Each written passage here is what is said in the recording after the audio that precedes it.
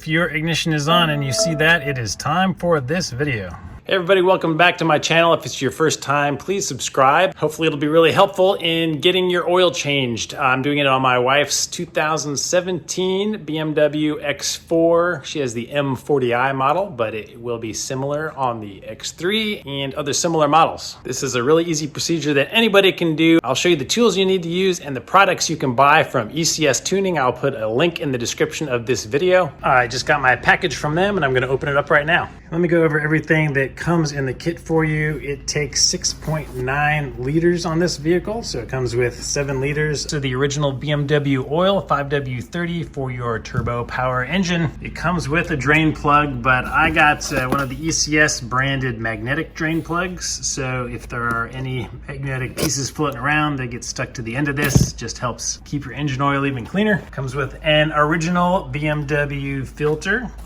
And in the filter, there are a large and small O-ring that you're gonna need to replace, and the crush washer is included in here as well. And it even comes with a little oil change sticker to remind you of the next time. I don't use those, but hey, it's kind of cool. All right, on with the oil change. Step number 1 is drive the car around a little bit, get it up to temperature. If your oil is warm, it will be thinner and come out, and you'll be able to get more of it out and change it better. Step number 2 is to lift your vehicle. You will have to use jacks and jack stands if you do not have a lift or something. I currently use the QuickJack, but we have to get the vehicle up so we can get access to the oil pan. Just push up. All right, they're typically 17 millimeter sockets down there on the drain plug, but if you want to check, here's a good way to do it without having to go down and crawl under your car. Just take the new fill plug that you got, which you should have, and see if that fits in your socket. There, so yes, 17 millimeter. When you come under the front of the car, you're gonna see this big black panel that's really long. Just keep following it all the way back, and no, you do not have to remove this entire panel because there is a little tiny panel here that only has 2 8mm screws you can remove and gain access to your drain plug right here. Ta-da, little access panel, and there's our drain plug. Okay, I have my catch pan underneath here, and I'm going to show you what to expect. So we'll just take our 17 millimeter. It's not terribly tight. Once you get it started, you can just do it by hand. And I always just keep applying upward pressure so that it doesn't just fall out, because oil is going to start pouring out of here, of course. So once oil starts coming out, you can yank your hand out of the way, and that's why you wear gloves. So now it is just going to drain for a while. Oh, and it's also a good idea sometimes to have some shop rags, or you could even put a tarp under the area if you think it's gonna splash, but this car actually drains really slowly compared to most, so it doesn't cause a big mess. So while it's draining down here, we'll go to the engine compartment and work on the filter. Just for the sake of completeness, if you have never done this before, you pull this right here and it will release your hood. So you slide your hand in, pull it to the right, and lift, and it will release your hood. You're gonna come down in your engine bay, and right under here is your filter. This is the oil cap where we're gonna be putting the oil in. So we can actually go ahead and open this right now. It'll help your oil down below drain a little bit faster. So just set this out of the way. If you want to be careful, you can set it back on there just so nothing gets in there, but I'll make sure nothing gets in there. To remove this, there is a special tool that fits over the top of it. I'll put a link to this in the description as well.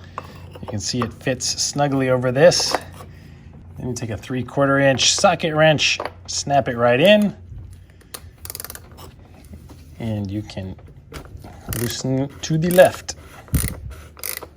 Now, one thing I do like to do while taking this off is just put some rags down around here, because it will drip sometimes, and it'll just help catch it to not make a mess on your engine.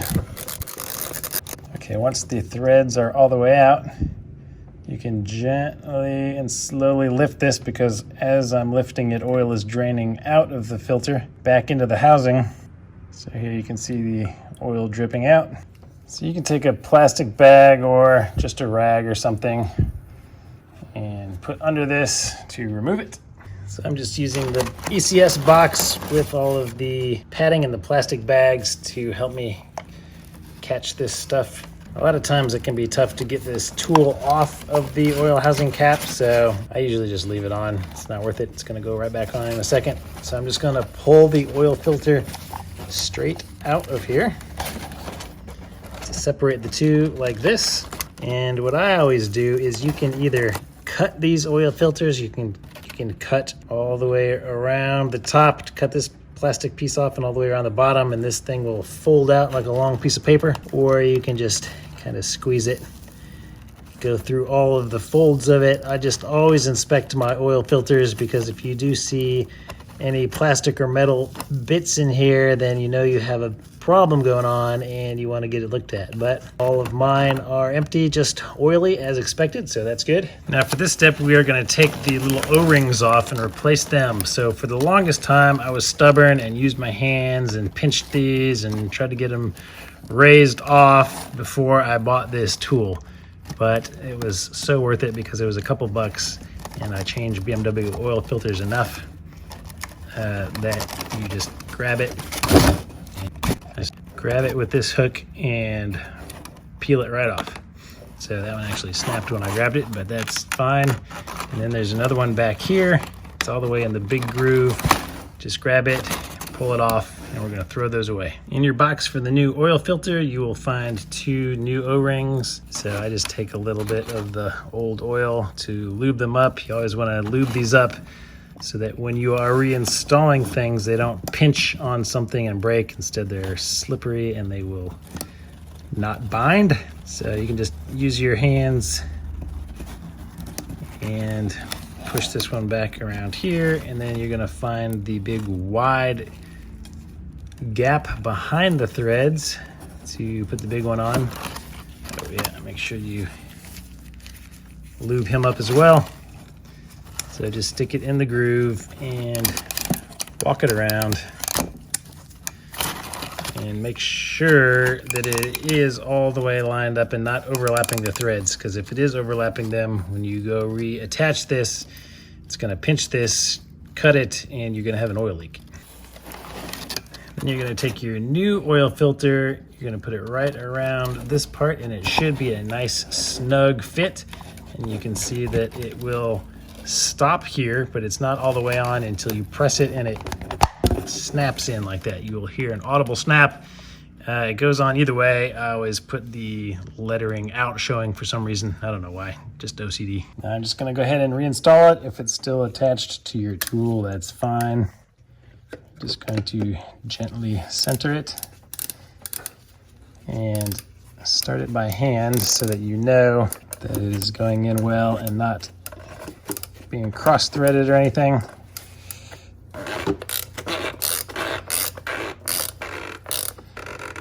Then you're gonna screw it down nice and gently. Now I'm not gonna lie, most people just hand tighten this, but since I'm making a video on how to do it, I'm gonna torque it down to the correct spec, and that is 25 Newton meters or 18 foot-pounds. So you will see that it really is not very tight. So it's been all loose. Now it's just finally getting to where there's resistance.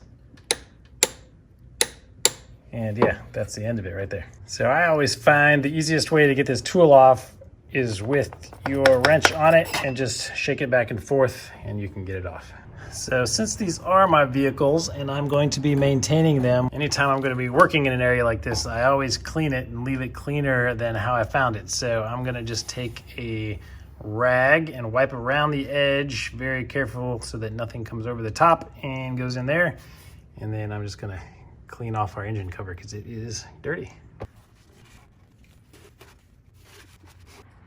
So before we put more oil in, don't forget what's going on down here. We need to put our drain plug back in. So I'm using the nice new shiny one from ECS Tuning. It's our magnetic one and it comes with a crush washer on it as well. So the only thing I'll be doing differently on the next oil change is I'll be wiping off all the gunk that is accumulated on that magnet on the end of this, getting a new crush washer for it and installing the same bolt. I use a torque wrench and torque the bolt down. It is the same torque as above, 25 Newton meters or 18 foot-pounds. So my torque wrench is already set correctly.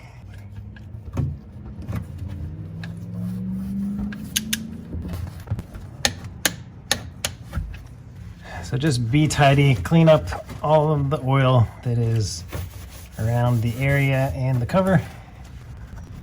Now we have a little upgrade. Replace the panel.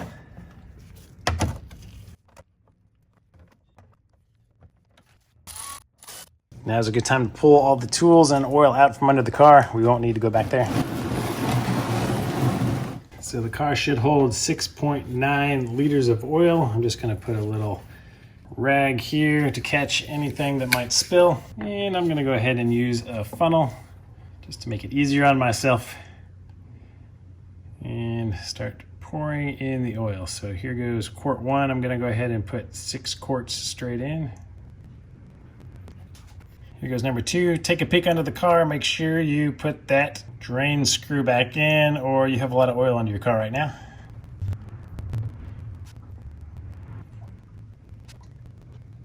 So on most cars that have a dipstick or an electronic dipstick that I can check right away, I usually don't put all of the oil it says to put in until I measure it, and then I just top it up as necessary. But on this car, as you will see in a second, you have to drive 30 minutes approximately before it'll let you measure it. So since I don't want to do that with not enough oil in the system, I'm going to put in the full 6.9 liters. So I will leave out 100 milliliters here. Put the cap back on. Now while we're in the car, I'm going to show you 2 things. One, how to check the level of your oil, and the second one, how to reset this service indicator. So when you turn the ignition on, but not the car, you hold in your mileage reset button over here and just keep holding it until you see this, and then you release it. And it tells you that there is a reset possible. If you want to reset that, you hold it in again until it asks you if you want to reset it. You release it. And then if you do want to reset it, you hold it in a 3rd time. And then you let go when it says reset in progress. So there it goes. It is successful, and it says we need to change the oil every 11,000 miles. So I change the oil in my cars every 5,000 miles. Typically, my wife usually goes longer before she lets me know that it's due. This is the first time doing it when it has not been in warranty. So the dealership has been doing it. This is my first time changing it. So to check the level, we actually have to start the car. So go ahead and start it. And then you're gonna go and click on menu. Going to move over to my vehicle, and you're going to vehicle status, and you can scroll down to engine oil level. Select that, and then select again to measure it. So before it can measure your oil, you have to drive it for about 30 minutes. Then, as it says, you have to park it on a level surface, put it in neutral or park, and then it will let you measure it. So I'll show you that in a little bit after I drive it. The car has been driven for a while, so with the car on now, I'm going to go back to my vehicle status, and then go over to check the engine oil level. So we have the car in park, and it is started, so we should be able to start the measurement. All right, I'll skip ahead to when it is finished for you in the video. It took about 1 minute to measure it. And here you can see it is perfect. So this line will show you the minimum. If this bottom green bar is not here, you are really low. If it is down here, you need to add more oil. Max up here means we are at the max. And if this very top bar was green, that would mean we have too much oil in the system. So anywhere between min and max is fine. I like to keep mine all the way up in max. See guys, that's everything. I told you it was easy. You guys can do it yourself. I just want to let you know that I just got these shirts in. If you are interested, I will put a link in the description. I'm selling these shirts. This is the BMW logoed one. I also have one for my Porsche Boxster crew. Subscribe, check out all the other content. I have a lot of other X4 and X3 stuff. And as more maintenance items come up, I will be doing them and making videos, so be sure to stay tuned.